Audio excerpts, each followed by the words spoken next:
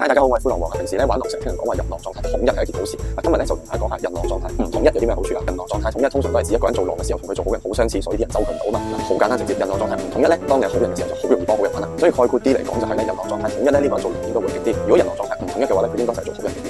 試諗下你係張好人牌，可能你原價需要啲人賺到你邊，又或者你係平民冇視覺要避免成日坑推位，甚至你係張神蹟牌有追輪次籌買手，但係你都未必自證到身份。咁除咗靠表象，可以靠咩咧？有時就係靠人狼狀態唔統一。你諗下用原價作為一個最簡單嘅例子，如果一個人真如同狼跳，佢人狼狀態太統一嘅話，其實佢係真如嘅時候，啲人係好難信到佢嘅。嗱，用我自己嚟做例子啊，我最近玩咧人狼狀態都真係幾唔統一下，所以我做狼其實都冇乜點跳噶啦。而我真如其實就絕大部分都認同嘅。呢條片嘅主旨咧並不是鼓勵大家人狼狀態唔統一啊，我只不過係想講，如果你發現自己人狼狀態真係唔統一，而你又未必改變到嘅時候，倒不如嘗試將呢件事變成一個優勢。例如好似我係要現價嘅時候，我人狼狀態唔統一，我攞張真如我就好容易幫到好人做嘢啦。嗱，相反啊，一個人狼狀態好統一嘅人咧，通常佢做狼嘅時候咧會出色啲嘅，因為佢做狼啲人都會以為佢係好人啊嘛，咁啲人咪難啲捉到佢咯。嗱，所以一句講晒就係想大家審視下自己人狼狀態統唔統一嘅啫。你知咗就可以幫自己喺呢個遊戲裏面揾到屬於自己嘅定位，再將自己最擅長嘅嘢發揮到最盡。好，咁灰狼王今次就講住咁多先啦，大家記住 CLSS comment like share subscribe，我哋下次再見啦，拜拜。